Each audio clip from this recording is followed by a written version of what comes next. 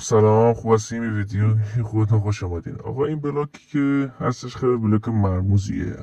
من فکر میکنم کارهای ساده، در صورتی که یه بلاک بسیار بسیار راحت و برای حرفی‌ها اونایی که بیلد میکنن خیلی خوبه. خب ارزم بزرگ شما که بریم جلوتر. اگر استاد را بیاد با ما، بله، در اینجا میبینیم که دروازه قشنگی ساخته. این دروازه‌ای که اینجا ساخته شده رو نگاه کنیم، میتونیم اندازه بگیریم. در اینجا بلاکو میکاریم، اندازه رو باید بگیریم. این خط قرمز با آبی که اینجا هستش خیلی مهمه. سعی کنید قرمز همیشه روبروتون وایسه. هیچ وقت نکنید این دوتا سفیدا رو که میبینید، هیچ آبی و قرمز هست، اونا مهمن. هیچ وقت خوب نذاریم مثلا رنگای دیگه باشه. همین قرمز بهترینش، همین قرمز. آبی هم میتونه باشه، ولی خب آبی چجوری بگم، آبی یه جوری مثلا باید یه خورده بیشتر باید مثلا فکر کنین دیگه. اندازه رو خراب میکنه کلا. همیشه قرمز یادتون باشه که قرمز بهترین همون قرمزه. خیلی خوب، استاد داره میره اینجا اندازه میگیره. بله، طول و عرض و این سبز هم که اینجا میبینین ارتفاعیاتون باشه. برای طول و عرض مثلا ارتفاع اندازه میگیریم، میریم داخل منو دست چپ. این قسمتایی که 5 نوشته اینا همه سبز یعنی ارتفاع، قرمز یعنی طوله و اونم آبی هم میشه عرض برای شما. سمت راستش کن -1 و 2 تا 0 اصلا مهم نیست. هیچ اصلا هیچ وقت بهش دست نزنید. خیلی خوب. اینم که سمت راست هم که میبینید که اینجا هم که داریم میزنیم. بله، مثلا قرمز چقدره؟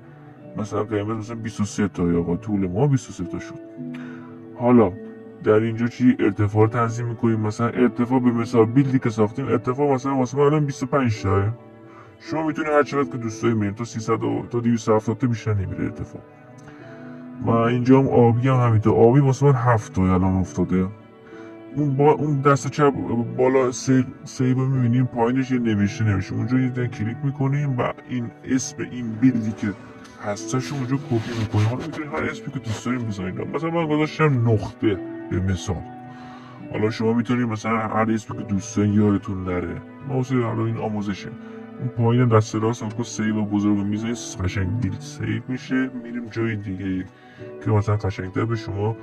بله داداش گلمون، اسب عزیزمون. بله می‌نویسم استاد داره چه کار داره میکنه، بلوکو میکاره یا نه. بله، حالا میایم اینجا دوباره روش میزنیم. اون سیوی که گفتم یه کلیک میکنیم، سیو کوچیک دست چپ بالا فلش قسمت لود میزنیم و اون قسمت دوباره اسم اون بیلدی که گذاشتیم و دوباره مینویسیم. حالا اسم بیلد میتونه هر چی باشه. دوباره پایین لود رو میزنیم و بله به همین راحتی داخل خود کادرم دیده میشه. ولی خب برای اطمینان بیشتر دمای دورتر میتونیم نگاه کنیم. بله خیلی خوب، به همین راحتی میتونیم بیلداتون رو کپی کنیم بسازیم. چیز راحتیه. ولی خب حالا یه ادعا کنید مثلا دوست دارن آقا این دروازه که یکی ساختن چند مثلا دوستان کپی کنم، ولی خب به حالتهای دیگه، مثلا متوجه منظور منو، یعنی به سمتهای دیگه. آقا به سمت مثلا چپ باشه، این ور باشه، اون ور باشه. بخاطر این دوباره اسم بیلد رو می‌نویسیم و اینجا لود نمی‌زنیم. میریم قسمت پایین، اون قسمتی که آقا کلیک می‌کنیم. بله مثلا رو قسمت اولیه کلیک می‌کنیم، مثلا 90 درجه میچرخه. اون یکی 180 درجه میچرخه. بعد قسمت بعدی هم 270. ما با 90 کاری میکن. قسمت 90 میزنیم، به همین راحتی بیلد میچرخه. خیلی راحته، خیلی هم آسونه. حالا ما میگیم 4 طرف هم انجام بدیم دیگه. 4 طرف هم اگه استاد برای شما انجام میده. بله در اینجا میبینیم بلوکو میکاره. خیلی خب، اون روبروی رو کنید. اون روبروی مثل همین دیگه، اون نمیخواد باید چرخانده مثلا 90 درجه بچرخونید، مهم نیست. میرم اینور قسمت تیمای میزنی. البته من یادم نبود بهتون بگم که اشتباه کردم. اینو باید اندازه بلوکش باید رعایت کنین. بله استاد اشتباه میکنه، باید پاک کنه. عرض و طول که یادتونه دیگه. این عرض من چرا بود 7 تا بود، میشمارم باید بلاک باید بزنین دیگه. اینا دیگه خب چیزای جزئیه. 3 تا 4 تا 5 تا 6 تا 7 تا. حالا بلاکو میکنم، دوباره همون بیلد رو دوباره اسمشو میزنم، لود رو میزنم، نقطه رو میزنم، میام پایین. حالا قسمت 90 رو میزنم، 90 درجه میشه. دوباره چک میکنم، دوباره لود. تمام به همین راحتی. حالا روز کنم برای شما که بهتر ببینین. به همین راحتی آسون، خیلی راحت، شیک و مجلسی. خیلی خوب، اینجا دوباره همون رو دارم تکرار میکنم. نگاه کنید دیگه، این روبرو بود دیگه، قرمز بهتون گفتم. خیلی آسانه. ولی حالا فکرشو بکنید تو بیلدهای خفن، مثلا بیلدهایی که خیلی بزرگه چه کارهایی مثلا میتونه براتون انجام بده، خیلی راحت میشه.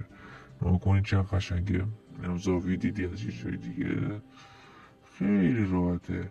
اینه کار کردن با این بلاک ها. خب یعنی قبل اینکه من با این بلاک مثلا آشنا بشم انقدر عذاب میدیدم، این کارو بکن اون کارو بکن دوباره بچین، یا اصلا نمیدونم آقا همه چی یادت نمیمونه. ولی این بلاک خیلی عالیه، فقط تو باید اسم و اسامی و همیشه یادتون باشه مثلا یه ستونی چیزی یا نمیدونم بامی یا یه سقفی یا هر چیزی که هست داره مثلا سیو میکنین، اون اسمشو بنویسین. مثلا درخت سیو میکنین، درخت، همه چی میشه داخل این کپی کرده.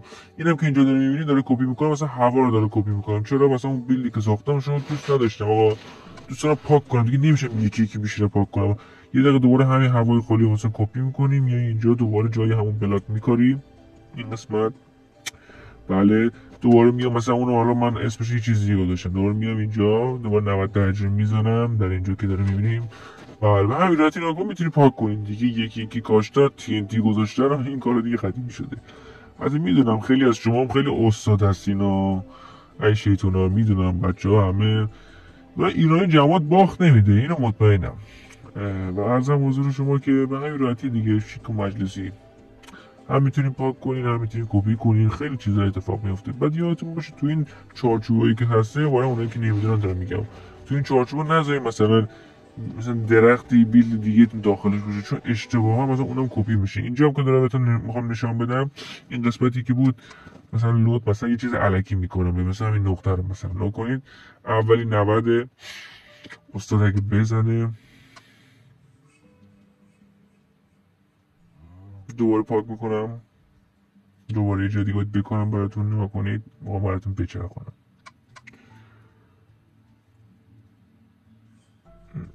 اگر بیاد بله 90 بزن دوباره. بعد این بیلاتون تو هم بره پاک میشه، اندازه اون مربع یادتون باشه، اون اندازه اون مربع مستطیل هرچی که درست کردین میره داخل بیلد دیگه تو، اون بیلد بقیه رو پاک میکنه. این ناکا 180 اصلا هیچ فرقی نداره. مثلا نکنین این ور که دیتیل مثلا کاشین با اون پشتش مثلا خالیه، فکر کنین یه دیوار دیگه درسته، خب دیتیل دار دوست داریم بیفته اون ور دیگه، مثلا این ور دوست داریم دوباره خالی بیفته، همین 180 نکنین دیتیل دار میفته این ور، خالی میفته این ور، مثلا اگه یه دیوار باشه.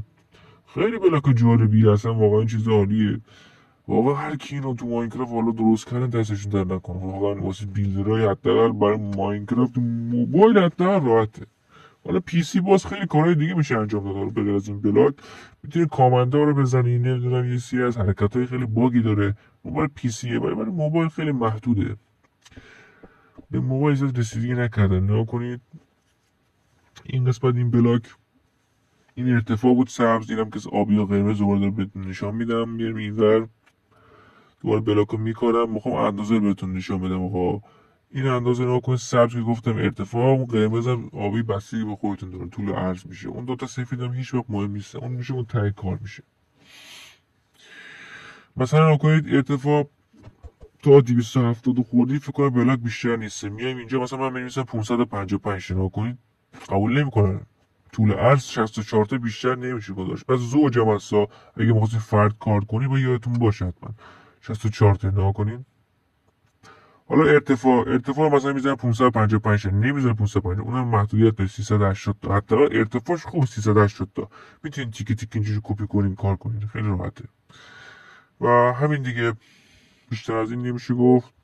خیلی بلاک جالبیه واقعا به نوع خودش، واسه اون کسایی که بیلدای مثلا خیلی بزرگ انجام میدن، پیچیده انجام میدن، یه بیلدایی که خیلی مثلا یه بیلد کوچیکی یا ولی دیتیلای زیادی داره، مثلا یه دیواری یا چیزی مثلا فراموش میکنین دیگه، این بلاک خیلی عالی واسه شما. و اینکه ممنون میشم که این کانال رو ما ساب کنین و حمایت کنین. اگر نظر چیزی هم داشتین حتما بگیم، ما مشتاقیم. ارزم حضورش که حالا هر آموزشی که دیگه خواستین یا بریم تو کار بیلد، مثلا من خودم دوستم خیلی مثلا طراحی دروازه‌های ندر و اینا و اند و اینا رو داشته باشیم، مثلا دروازه‌های جدید. خلاصه کانال ما رو سر بزنین و اون زنگوله هم بزنین دیگه، ممنون میشم. و این هم استاد داره کار نهایی انجام میده، شمارش و اینا رو گوسفند عزیزمون که در کادر هستن. آقای فیلمبردار، مثل اینکه این آقا ما رو ادامه میده. بله اینجا هم که داره توضیح میدم دیگه، مثلا رو کنید اگه این کادر سفید رو به عنوان اگه استفاده هم نمیخواید کنید، میتونید مثلا به عنوان یه کادری مثلا چیز اندازه‌گیری انجام بدیم، مثلا مثل متر، متوجه بشید منظور من اصلا